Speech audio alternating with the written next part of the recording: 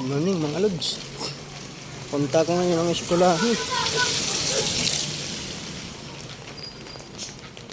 Pupunta ko ngayon sa school kasi maghahatid ng pagkain mga lods. Sobrang ulan dito ngayon mga lods. Kumusta kayo mga lodi? Kumusta? Maulan ba dyan sa inyo? Ingat po kayo lagi. Ingat po kayo lagi mga lods. Kasi maulan.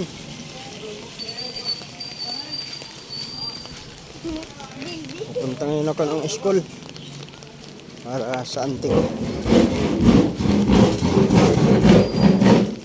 Dadalang ko siya kasi ng pagkain mga lods.